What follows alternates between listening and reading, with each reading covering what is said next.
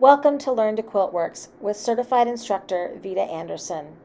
This video, Getting Started, Preparing Papers and Patterns, is the perfect place to start if you're new to Quiltworx or if you just need a refresher. In this video, I'm going to be showing you how to prepare your patterns, how to prepare your papers, how to sort through them, and how to read the instructions. This video is also the first in a series on how to prepare to make a Quiltworx pattern. This is also a good sampling of how I do my videos and my on-demand Zoom classes. Whether you're taking an in-person, on-demand, or live stream Zoom class with me, these videos are also loaded into the private Facebook group that you will be invited to as part of that class. So let's get started. After you remove your pattern and papers from the packaging, the first thing you're going to want to do is separate your papers from the actual instructions. We recommend that you start by removing the staples and cutting down the center of your pattern so that you have individual sheets that you can then place into protective sheet covers and then into a notebook. Did you know that once you purchase a Quiltworx pattern, you don't ever have to purchase the pattern again in full in order to make it? All you have to do is purchase the replacement papers. This is one of the reasons why I catalog all of my patterns this way, to keep them safe and so that I don't lose them. Now let's turn to page 1 in the instructions. In the very first column, there is a list of all the foundation papers that you should find in your pattern. This list has numbers that correspond to the large numbers printed on your sheets. For example, NP 576, NP 896. It also lists there exactly how many of those sheets you should have. And you're going to want to double check and make sure that your package actually contained the multiple sheets that you should have or the single sheets that it says you should have. And it may be necessary to actually open up the sheets to see what's stacked within each stack in order to access the numbers that you're looking for. If you're missing a sheet, simply call Quiltworx at the number on your screen and they will send you the missing sheet.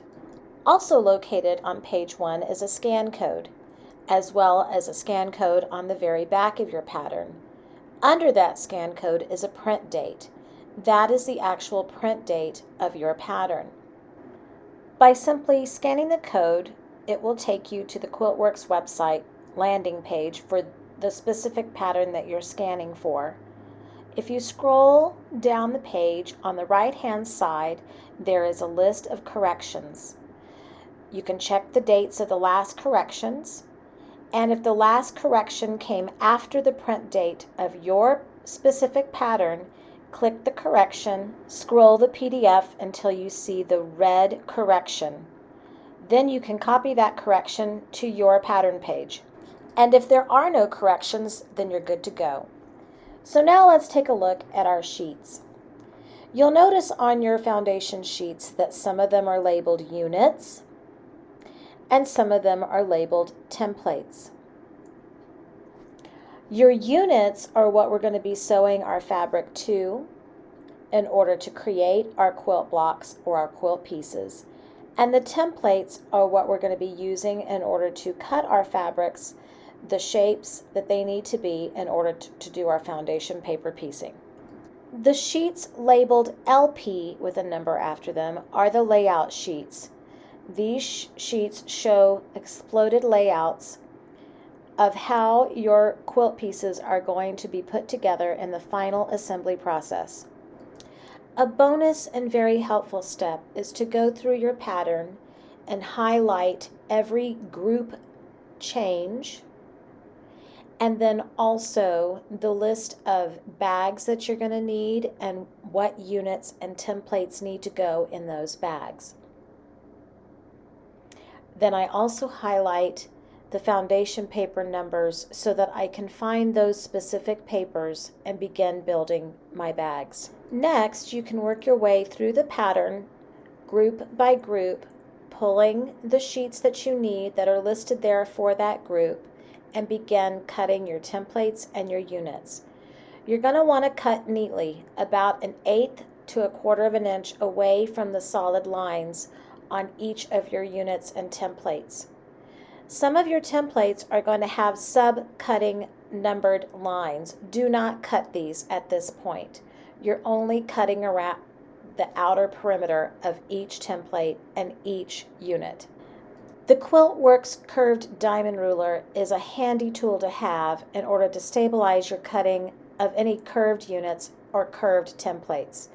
You can find these on my website as well as at quiltworx.com. As you cut the templates and units for each group, you're going to place them in Ziploc bags labeled according to the instructions for that group.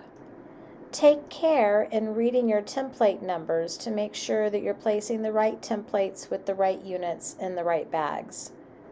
Continue working your way through the pattern from group to group, cutting your templates, cutting your units, and placing them in the appropriately labeled bags together.